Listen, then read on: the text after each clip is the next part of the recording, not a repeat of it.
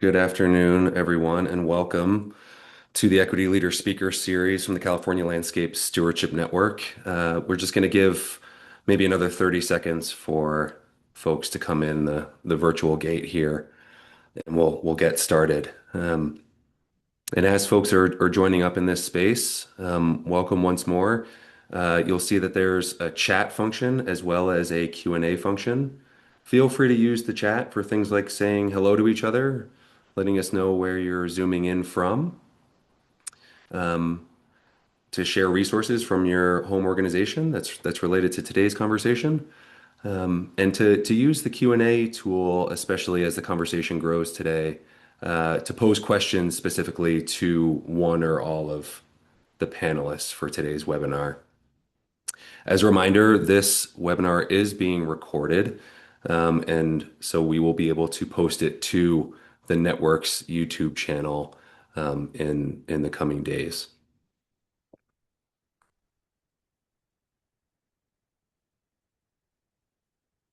As folks continue to file in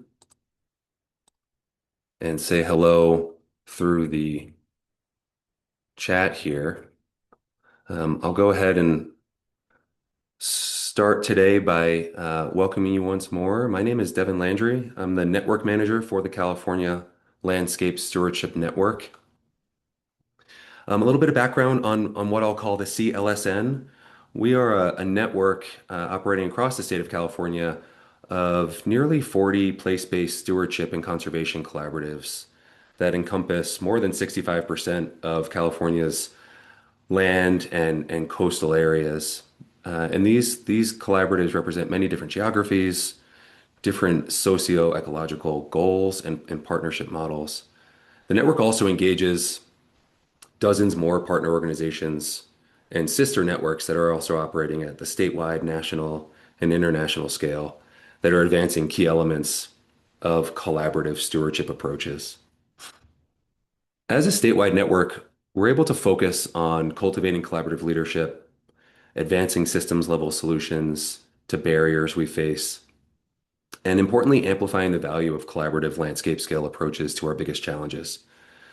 So, in alignment with that mission and the values that drive us, we find ourselves defined by human connectivity, by those shared values, and by common purpose. And I'm really pleased to continue to support this webinar series hosted by our Justice, Equity, Diversity, and Inclusion Roundtable for Healing Severed Connections, which is actively collaborating to create tools, approaches, and meaningful conversation that helps to evolve the work of landscape scale conservation to be more inclusive, equitable, and culturally relevant.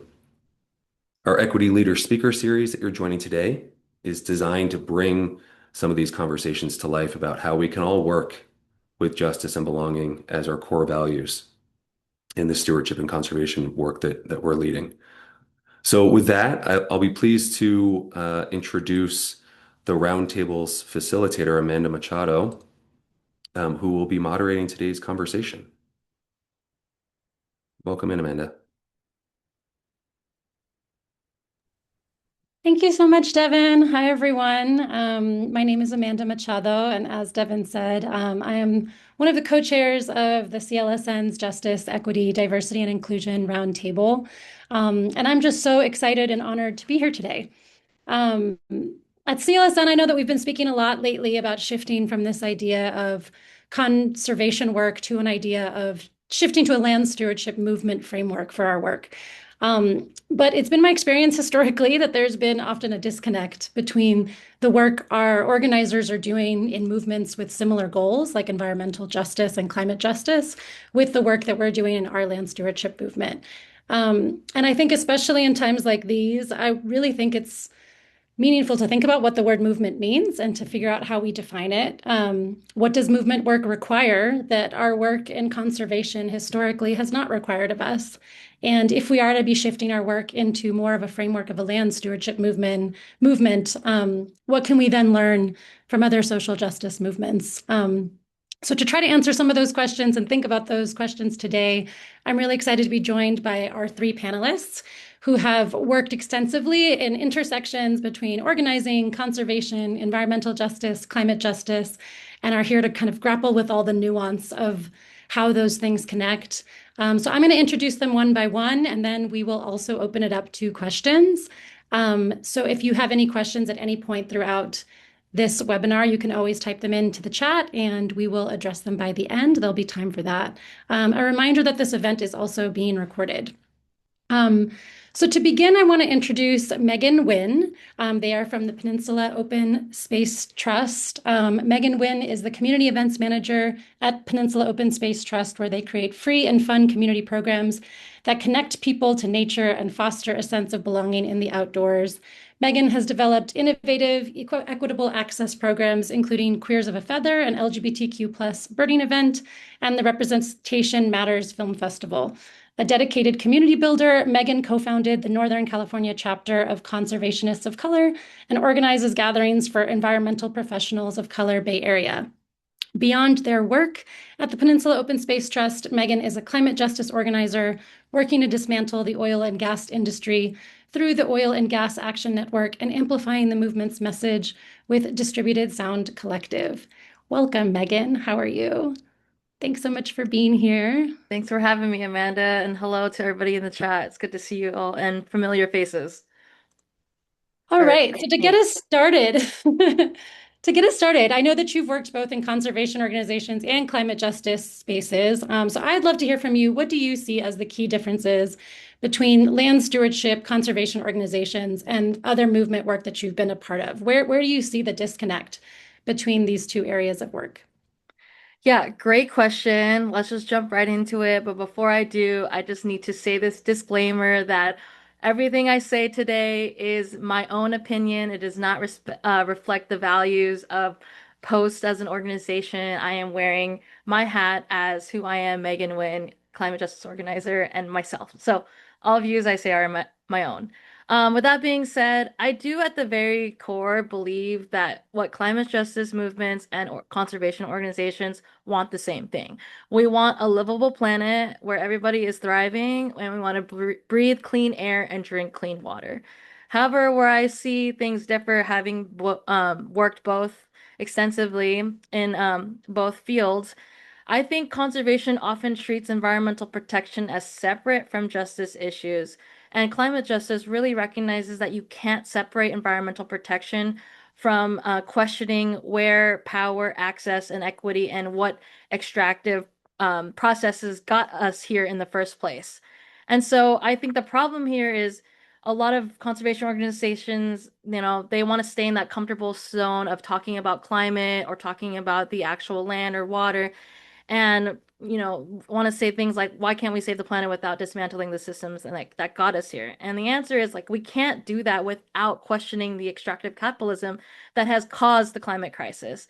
And conservation protects land from people, whereas climate justice seeks to answer who are we protecting the environment for and who gets displaced. So we can't really center equity without, greenwashing, without really having this like conservation as a band-aid solution and not addressing the real issues. And I think furthermore, if we dive a little bit more deeper into why conservation organizations really rely on wealthy donors, which are typically in the older and white demographic.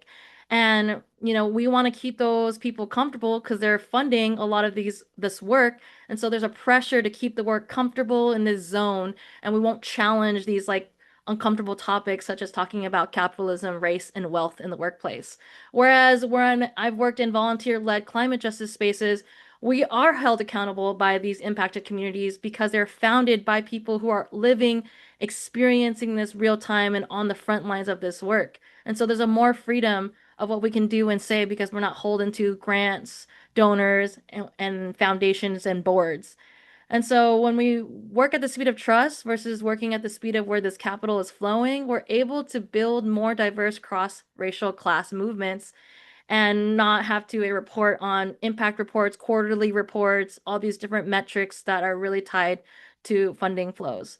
And so, in the words of Robin Wall Kimmerer, she said that this work is not mission creep, it is mission critical, and that we are adding equity work and rebuilding it and not necessarily adding it as a secondary thing. It is inextricably linked to what we try to build for a livable future. And so instead of asking how we can add equity work into our conservation organization, my climate justice movement has trained me to think about how can we rebuild, dismantle the existing structures to build in more diverse leadership at the very top, to rebuild how we're getting more funding and how these entire organizations are being restructured so that it's not separate. It is like inextricably linked to its foundation and its core. So that's to start there. Just to start, just a little, little teaser. You're getting a lot of love in the chat. A lot of people seem to be resonating. So thank you so much for what you shared. There's so much that you shared that I'm thinking about. Like the question of who are we accountable to, I think is a clear difference between conservation and social justice organizing work.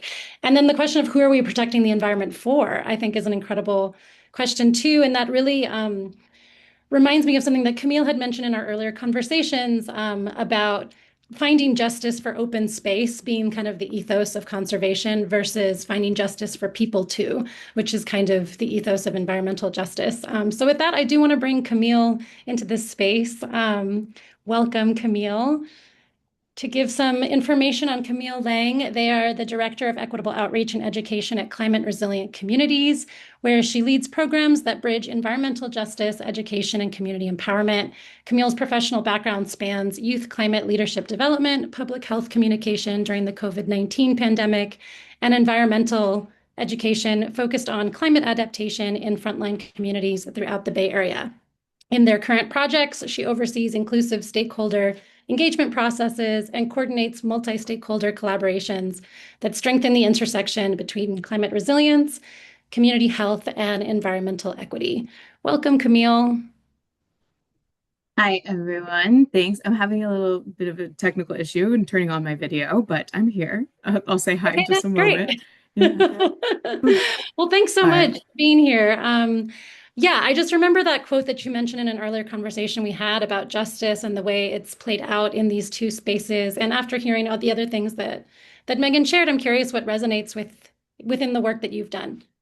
Yeah, gosh. I mean, in our planning call for this panel, I told Megan, like, I've always got your back, and I love the perspectives that she brings to the table. So thank you for amplifying the systems that are designed to not serve people. Megan, this is, yes, yeah, we're talking about the same thing. And I love seeing all the support in the chat too. When we get the opportunity to have these conversations together, I think we really see that we're not alone in like pursuing justice in the right way.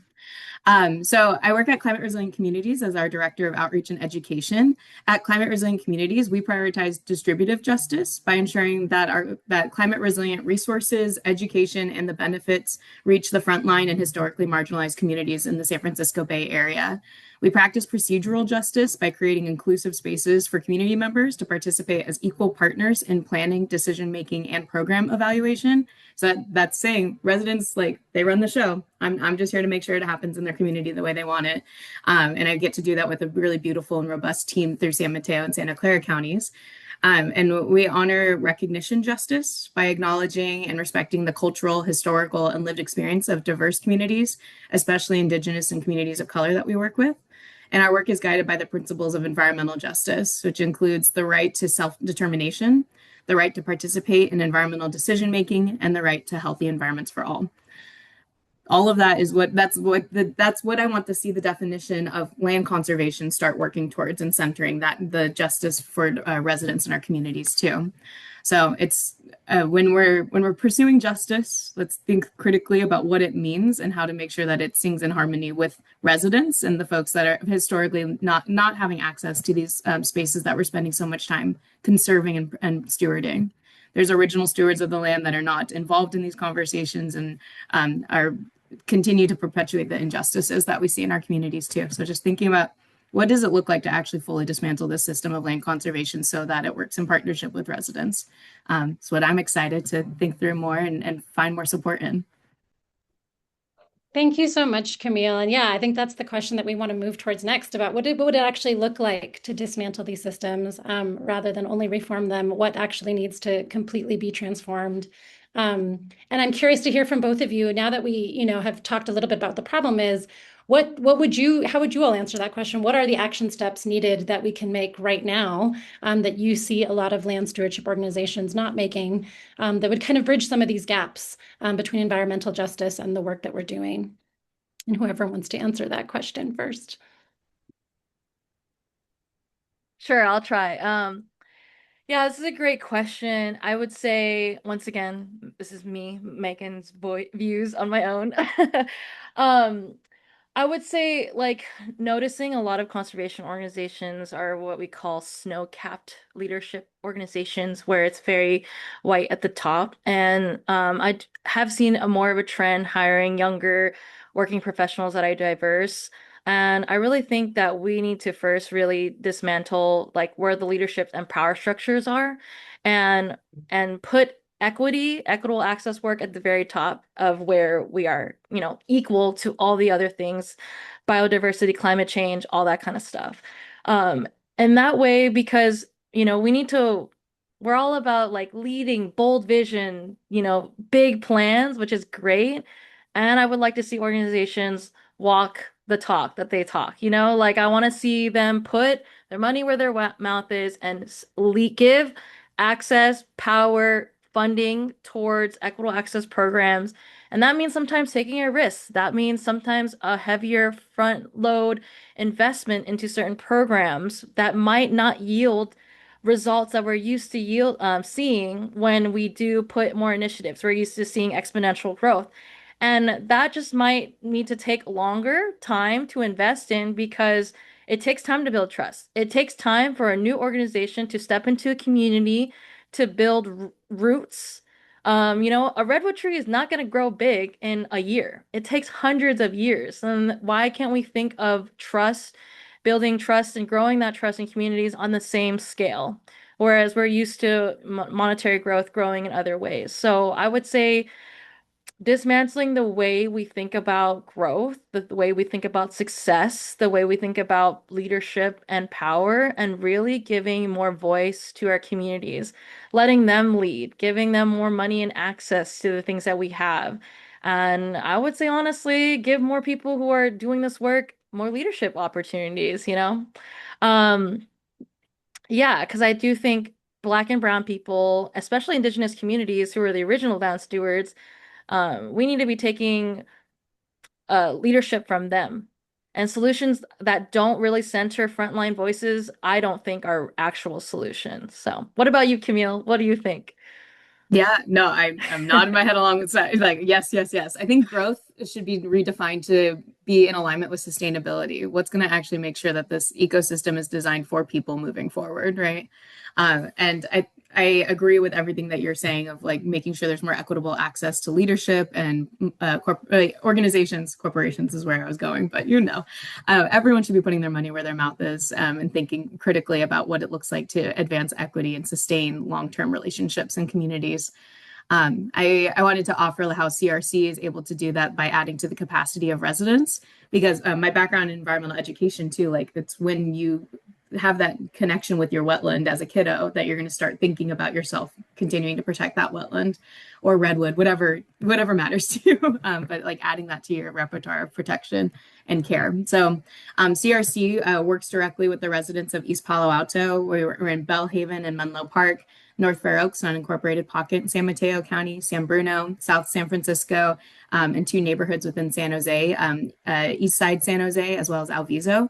We host climate change community teams. It's a monthly space where we're intentionally bringing residents together and having government sit at the table. Academia is listening in closely, and residents are having conversations about the priorities they want to see. Each of these climate change teams also has dedicated seed funding of $15,000, which currently comes out of CRC's unrestricted funding. So we try to decentralize philanthropy donations, individual giving, and put it right back in these communities so they can actually design projects and then they see that project happen within the year that they're envisioning it. These timelines and scales of like how long it takes to do all of this are real. And there's real things we can do right now that there's plenty of data out there of poor air quality in East Palo Alto. Why are we not distributing air purifiers? That's what residents ask us. And so we say, you're right, let's do it. And we make sure it happens through that seed funding and the climate change community teams. So that's one way we add to community capacity and make sure that they see the investment from us. and bring it into like the investments we want to see from larger corporations that feel more comfortable working with CRC instead of residents directly, putting all of that funding back into community so capacity is there and the growth is sustained over time. I think Amanda might be frozen here. Devin. Tech issues continue, huh? Isn't it fun in this It is the theme space? of today. If only we were out in the hills together talking about this. Um, yeah, so as Amanda comes back through, I'll keep bridging this conversation. Here they are again. But to maybe get into more of a granular aspects of the dynamics you've been bringing up, want to think about now examples you've seen from your work, where these shifts are happening or where they're maybe in process. And could you share what that shows in terms of integrating lessons from organizing and movement work? And just begin to think about in your lived and work experience, what examples we can begin to draw from that really begin to bridge these two related ways of engaging in the work. You want to take that one, Camille, first? Sure, I can start. Yeah. And then I'd love to hear more of like what from your experience, Megan. But so my background is working for government systems before I came to climate resilient communities. And so I have a strong sense of how government systems function and how policy and programs at a county or city level really end up directly impacting residents. I'm really proud of CRC for advancing our work to include partnering with city jurisdictions and counties. So that way, when those jurisdictions are adding environmental justice into their general plan as required by the state, that they hire us to do the community engagement. And it's my job to make sure residents know about it, are seeing these resources, and all of their feedback over the update of general plans is reflected ultimately in the adopted policy and programs. So it's residents like also like again just saying like if our environmental justice element is the only place in a general plan for my city where it talks about food access, I want to see not just policy but programs going into my community about the food access issues that we've experienced since their grandparents moved into the community like 60 years ago, right? So we're seeing like the tangible shifts in policy and programming that are informed by residents and change the trajectory of the community. If there's grocery stores in East Palo Alto now, like moving forward, or community gardens, that's going to change like the next generation in perpetuity. So I think that's been a really hopeful thing to see how it's actually infiltrating more of the bigger policy initiatives going on in our communities. But there's lots more. Megan, and I see Terry's here. Hey, Terry. So I don't know, Amanda, do you want to introduce Terry and then we could start having our conversation, all three of us? Yeah, thanks folks for hanging in there throughout all these technical difficulties. I'm so sorry I was kicked off the call and Terry was having some tech issues too joining the call. So we've really been at it today, but appreciate you all's flexibility. Welcome, Terry. Thank you so much for being here.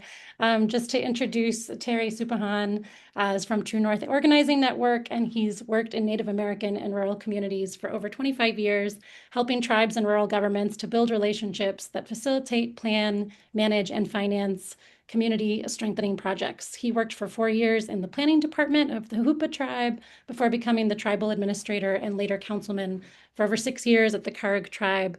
Terry has been a consultant to tribal representatives, serving on the President's National Ocean Council, and has worked on a wide range of development projects. Now, Terry, I know you just joined in the middle of our conversation, but there's been a lot of great topics brought up. I loved the phrase that Megan used earlier about social justice and environmental justice work being mission critical when often it is seen as being mission creep. We've been talking a lot about the questions of who we are accountable to and how we stay accountable to our communities that we work for, rather than just the policies that we're implementing. Who are we protecting the environment for? I loved what a lot of what the conversation between Camille and Megan was about power sharing and resistance to like clinging onto power and not wanting to give it up, and not letting the folks that are from our communities actually lead. I'd love to hear now, what do you see happening in your work? How do you see the disconnect building between environmental justice and conservation work? Where do you see those things sometimes missing each other? in technology, right? It seems sometimes that's an ongoing, it'll be a future challenge for people to work on. I, I I will try, Amanda, to wrap my head around your bigger question, but I just have to say, um, I'm I'm in the heart of the redwoods this week from Saturday, the northwestern California redwoods, um, a tiny corner before touching the state of Oregon. And since Saturday night, True North has been getting ready for and then starting our annual strategic planning retreat.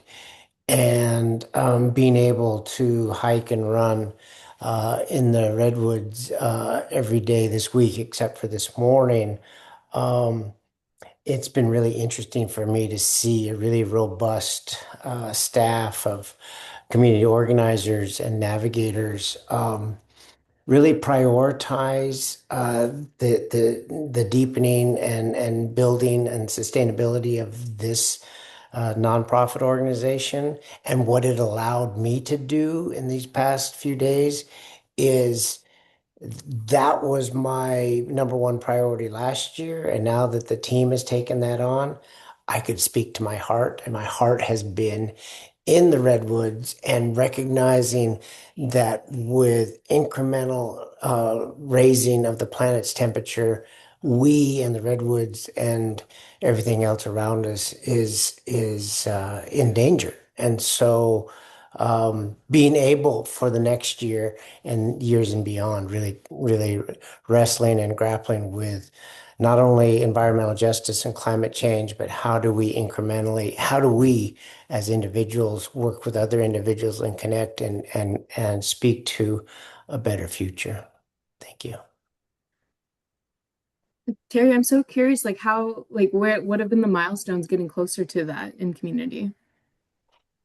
Milestones in terms of Getting to like more thoughtful conversations, like having the right resources to meet needs in community. um, I, I, I love that question, and we've been wrestling with it this week. And for us, really trying to learn and understand the difference between hot anger and cold anger. How, when something pisses us off, how do we channel that within ourselves to be able to continue conversations and work with people that trigger us and in and around our regional environment. Because that's really my expectation for the people I work with is like, yeah, I can get mad, but getting mad doesn't do anything unless I do something constructive with it. And for us, really, relationship, the deeper we are in relationship, the more we can get done, the more you can push me, and the more I can push you.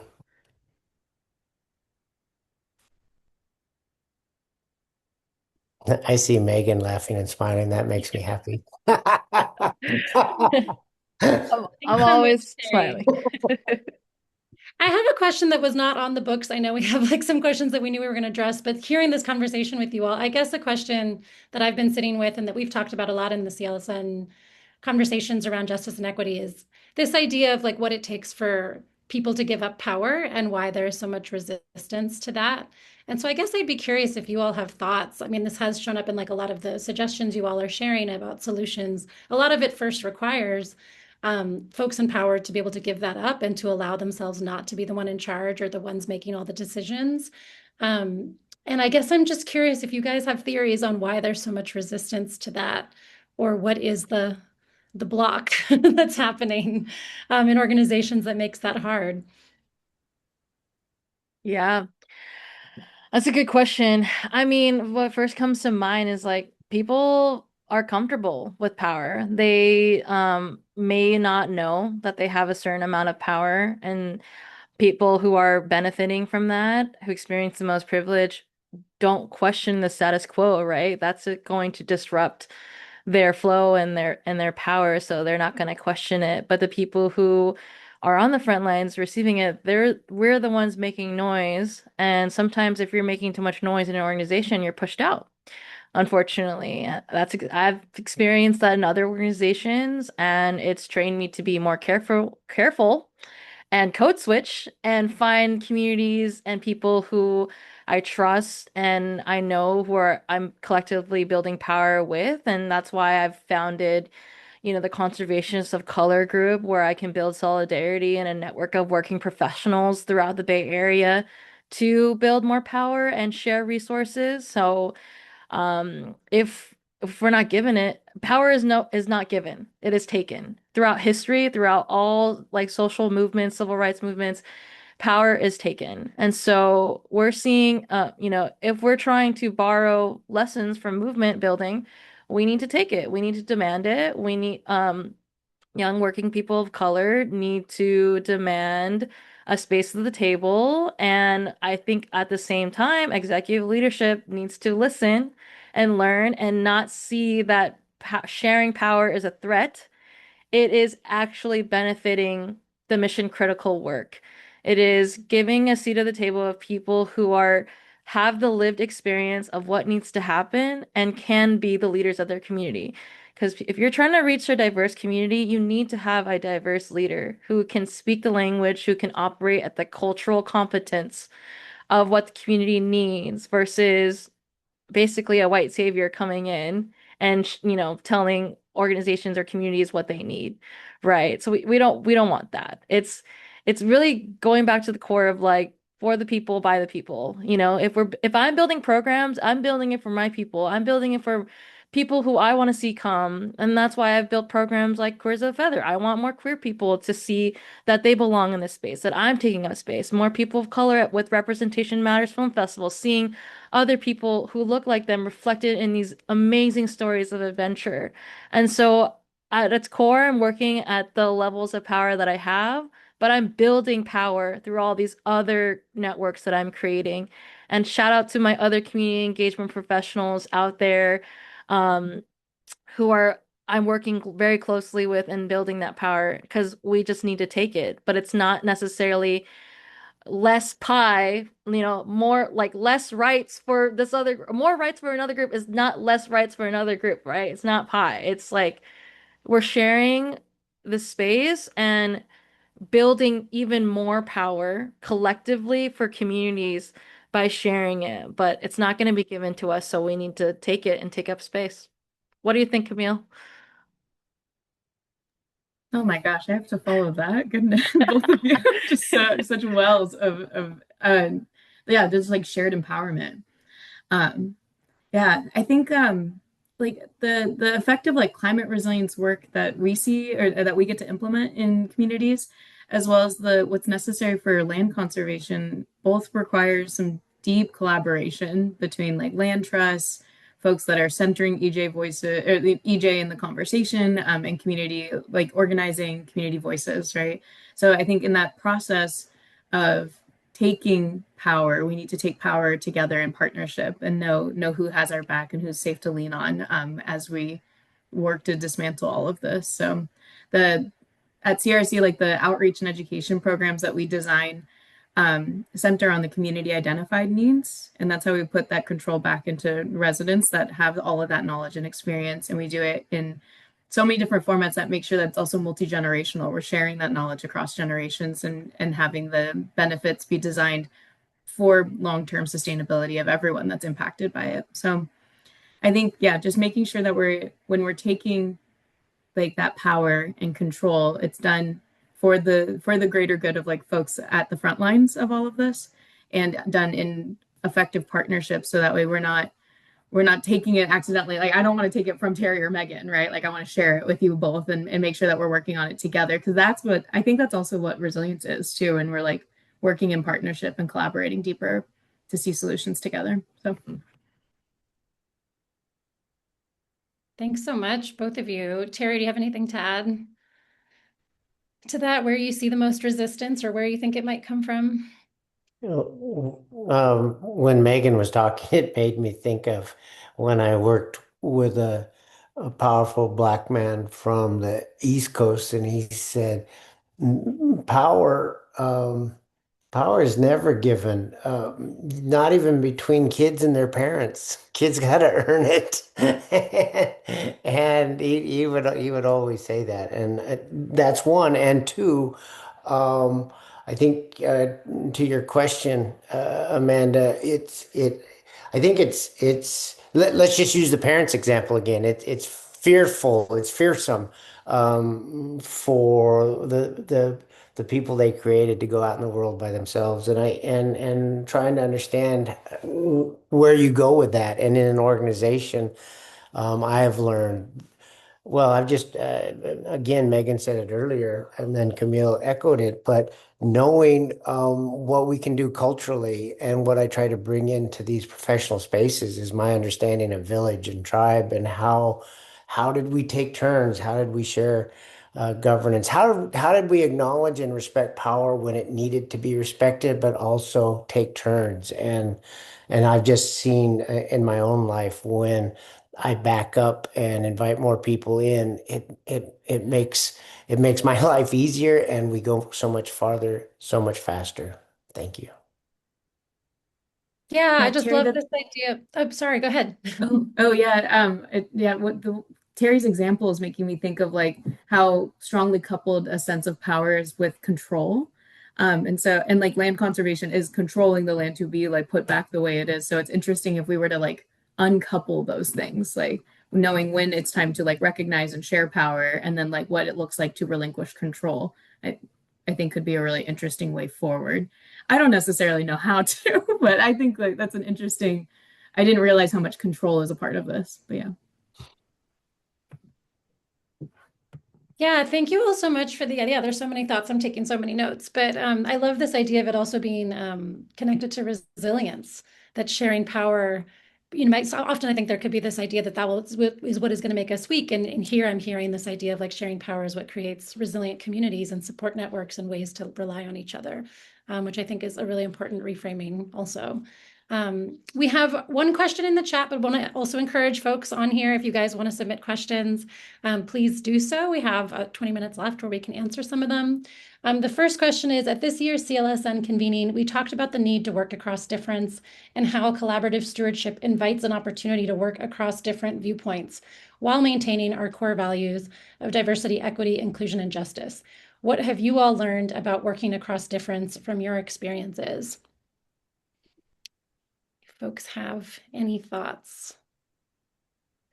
I'm sorry, I was reading the chat. Could you repeat the question, please? I think the question is more just what have you learned about working across difference, and just acknowledging that a lot of people in conservation work are working at federal agencies, are often working in conservative communities. It sometimes can be a conflict between the people you're working with and the spaces you're working in and the political viewpoints of those folks with our core values of diversity, equity, inclusion, and justice. So I think the question is asking, what have you learned from doing that, from having to kind of grapple with some of those differences that collaborative stewardship often requires? What we've been learning this week, and being reminded of, Amanda, is that um, if you're in a relationship, there's going to be conflict. Um, you cannot be in an accountable, loving, supportive relationship and not have times of disagreement or compromise, or trying to understand another person, another institution, another organization. And how we respond to that and how we think about it, because most people don't like conflict. Most people want to avoid it. Most people want to move past it. But just accepting the fact that relationship, which I preach all the time, also brings with it conflict, is important for me to remember, is that we all have different ways of responding to that. How can we do a better job? How can I do a better job of responding to your perception of conflict? What is it in me that needs to be able to respond to you, so we both get a win-win, so that we both get something out of this situation?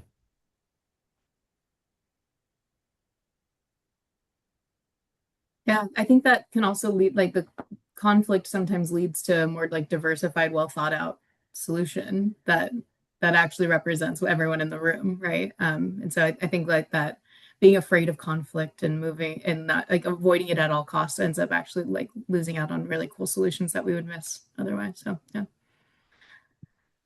Megan, what are you thinking? I need more time to simmer on my thoughts.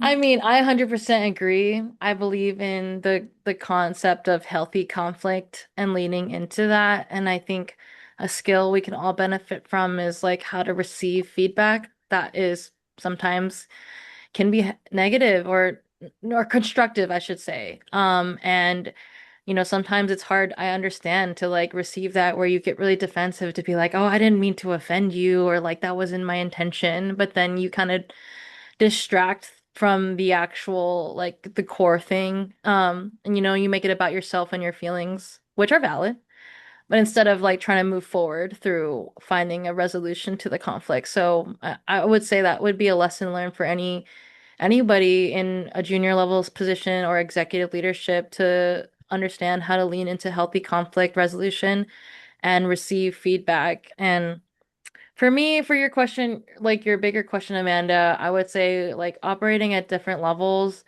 I've had to just like learn how to translate everything at different levels and code switch. The way I would talk to my comrades and people who are like working with me to, dismantle these oppressive systems is way different than how I would pitch to someone at a board meeting or at an executive leadership just to like speak that language. So it takes a level of finesse and people skills and communication to do that. And I would say, like, sometimes I have more energy for that and empathy to do that, and sometimes I just don't. And I think that's valid. I think it's really difficult for people to accept that sometimes there are angry feelings about this work where I wish it would be different, or oftentimes if you'll see me, I have a smile on my face, and that's true to my character. But there's like another part of me that's very like beat down and like disappointed in the reactions and the responses I get to the work that I'm trying to build. And it's like kind of demoralizing. And there's like a place where I do hold like anger and frustration, but I can't let that out, I can't let like, these cracks show because then I'll just be labeled a certain way and people will just like dismiss that instead of really listen to what I say. So it is emotional labor, physical labor, mental labor to be doing this kind of work, to be translating consistently, to show up differently. And I just want people to know that that's what it takes. And that's the invisible labor that a lot of our um, equity and justice workers in this space are doing constantly. So it's a delicate dance. It's never easy, and it just must be done. So I'm gonna keep doing it until it changes. But what has helped me, I was listening to a panelist a few months ago. I think her name was Annie Green, and she was the former ED of Greenpeace, and she said that this work is not a sprint and it is not a marathon, but rather a relay race where people in the past have experienced this issue time and time and again. I'm experiencing it right now, and I'm ready to, pass it on to the next person when they're ready to, with fresh energy to keep the fight going because it's going to take every single one of us to sustain this effort. And where, extractive systems are going to try to take all our time and energy and isolate us. So I'm just trying to find and build a community power and support to keep this work going. So, Camille, back to you. Any thoughts resonate Yeah, from let me take that baton from you. I got there you you. go. Yeah, I think that I'm grateful to have had so much experience in science communication, and like really navigating like who is my audience and what do I want them to leave knowing a little bit more, and what do I also want to recognize they already knew before I came into this room. And I think that's helped a lot with knowing every space I go into. Like I'm going into a board meeting, I'm going into a workshop designed to meet the needs of the Pacific Islander community. Like it's just the audience shifts all the time, and so having thought through critically of like what do I know they already know and what do I want them to leave knowing a little bit more from me has been helpful.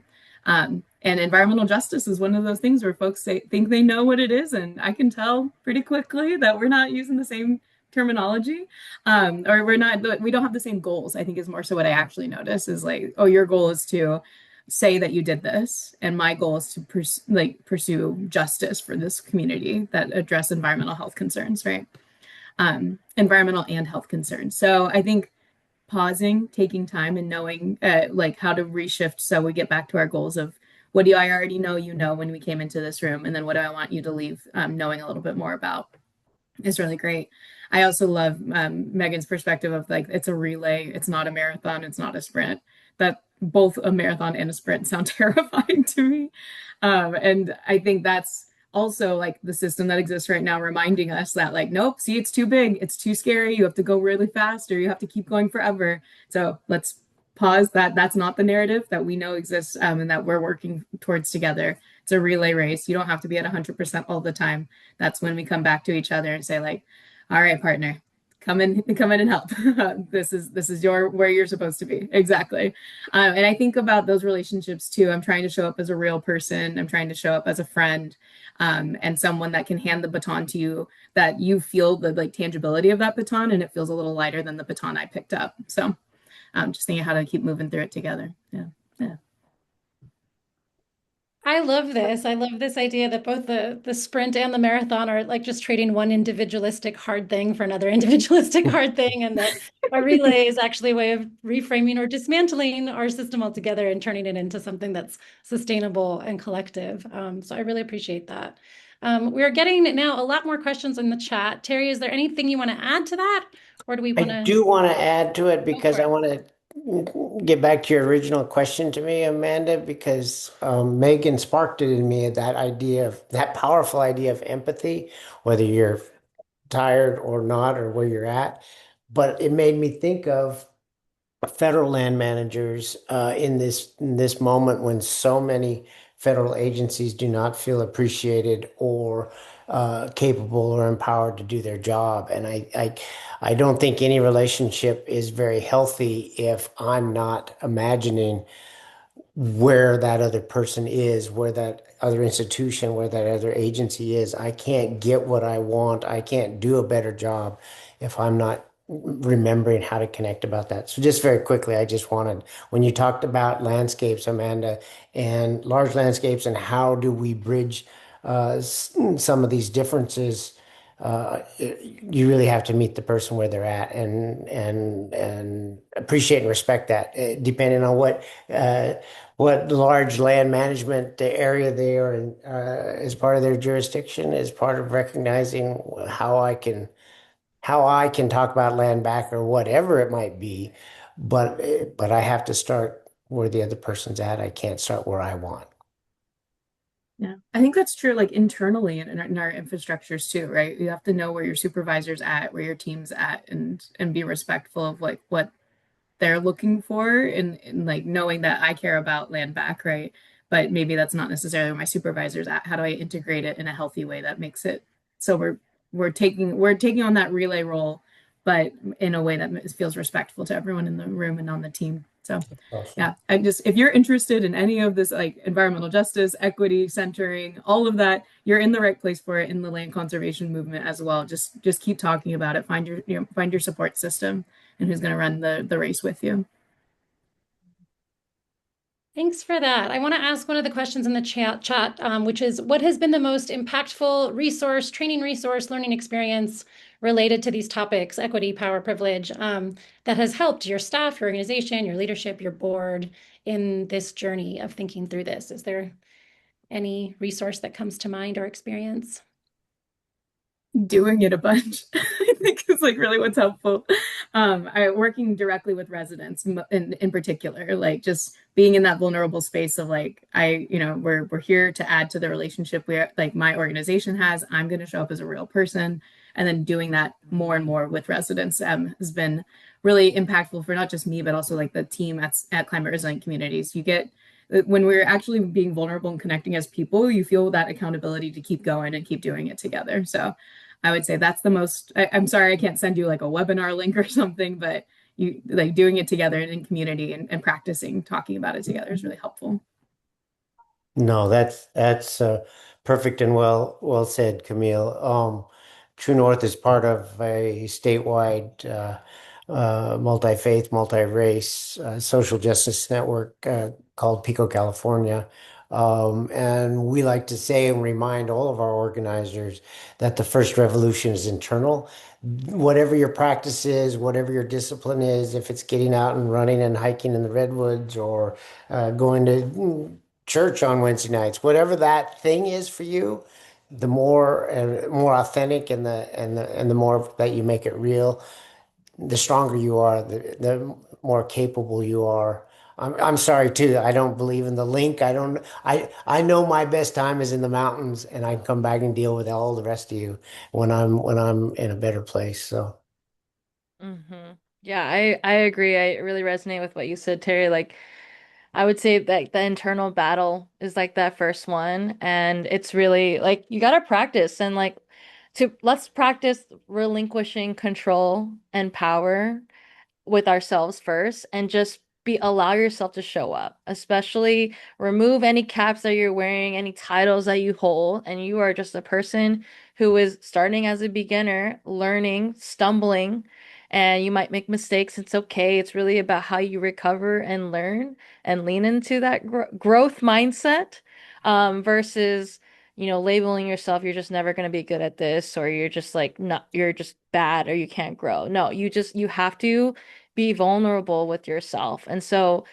the trainings and resources, if you're looking for tangible ones, what I recommend to people all the time is number one, Brene Brown's Dare to Lead. Any leadership person must read this book because she is a scientist who talks about how vulnerability is a like necessary leadership skill, especially anyone who wants to do equity work. Any leader must be vulnerable in a certain way where you have like an open heart but a strong back to really listen to the leaders and have these hard conversations and really lean into that and let all the ego go and all that kind of stuff. That's number one resource. Number two, adopt a growth mindset. Again, allow yourself to make mistakes, to stumble, to be label yourself as a total beginner to this work and just learn and know that there are other teachers, other people who have lived experience, more knowledge than you, and learn from them and be humble in that. And I'm still learning, even though,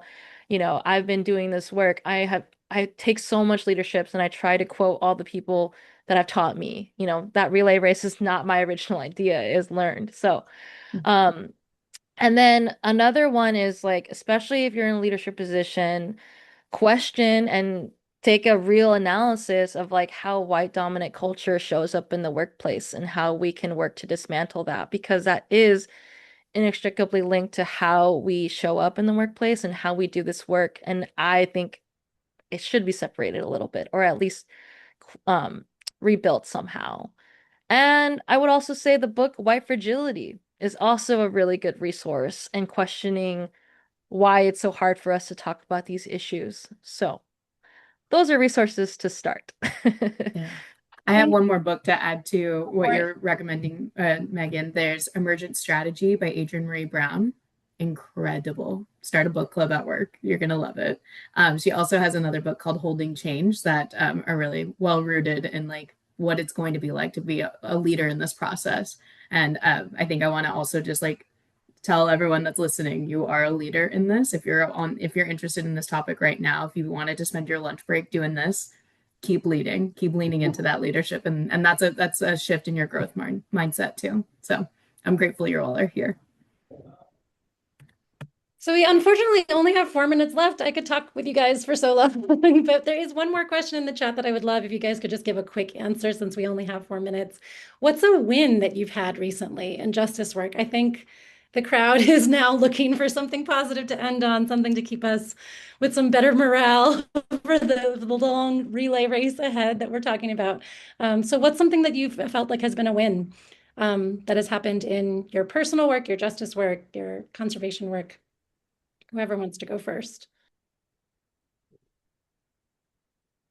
I I will give a partial ambiguous language for a win that we're working on, Amanda, because it's not public yet, sometimes these private conversations, as we all know, take a while before there's enough relationship, enough strength, enough trust that you can be public when there's different sides. And to me, that's the point, is that people who I know didn't vote like me were in the same room and we're talking about regenerative agriculture and how that connects to the larger landscape and eventually even deals with the ugliness of our shared history as human beings toward one another and to one another. So what was talked about earlier is it's a marathon.